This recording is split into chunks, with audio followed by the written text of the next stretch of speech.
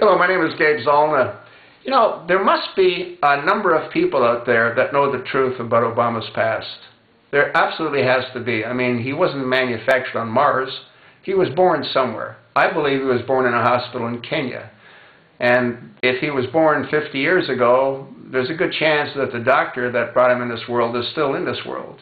There's a good chance that some of the nurses that were there is still in this world. There's a good chance that some of the administrators of the hospital are still in this world. At the same time, there's also a good chance that people at Occidental, whether it's a secretary, whether it's a filing clerk, whether it's a professor, whether it's an administrator, they know the truth about Obama's past.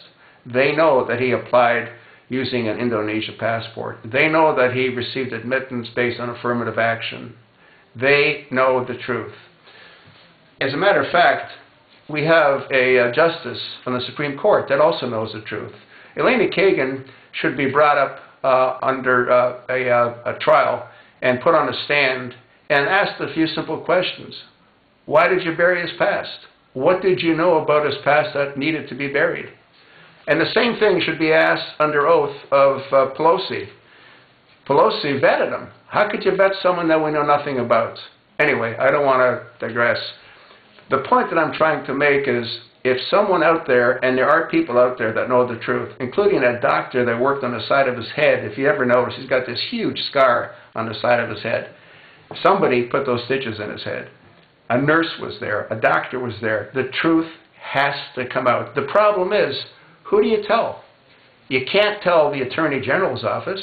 They're corrupt under the less than honorable Eric H. Holder, Jr. The FBI works for the Attorney General. The CIA, you can't go to the CIA. We already saw that with Petraeus. You can't even go to the military because Petraeus was a general, for God's sakes. So who do you go to with that information? That's one of the problems that I think exist. And I think Obama knows there's no one to go to. Then again, if Donald Trump or a large group of wealthy people came up with a very large sum of money, and whoever came forward and provided unequivocal, undeniable proof of Obama's ineligibility, they would receive that money. And they wouldn't have to identify themselves. They could simply disappear. But they would have to have undeniable, unequivocal proof. That's the only way this thing is going to come to an end. There's obviously a reason that Elena Kagan hid his past. There's a reason that Obama elevated her. She wasn't even a judge. She was an attorney, and now she sits on the Supreme Court. How insane is that? But you know what? In the Chicago world, that's called payola. All right? You scratch my back, and I'll scratch yours. The bottom line is we have to get the truth. Obama cannot be allowed to continue destroying this country. He is not at all concerned about trying to tax the 2%. He's just trying to turn the 98% against the 2%. If he generates additional revenue by taxing the 2%, that'll run the federal government for 8 days. Anyone that's in the middle class that doesn't think that they're going to get the heck tax out of them as well is clearly delusional. That's what's going to have to happen for him to achieve his objective. His objective is to break America's back.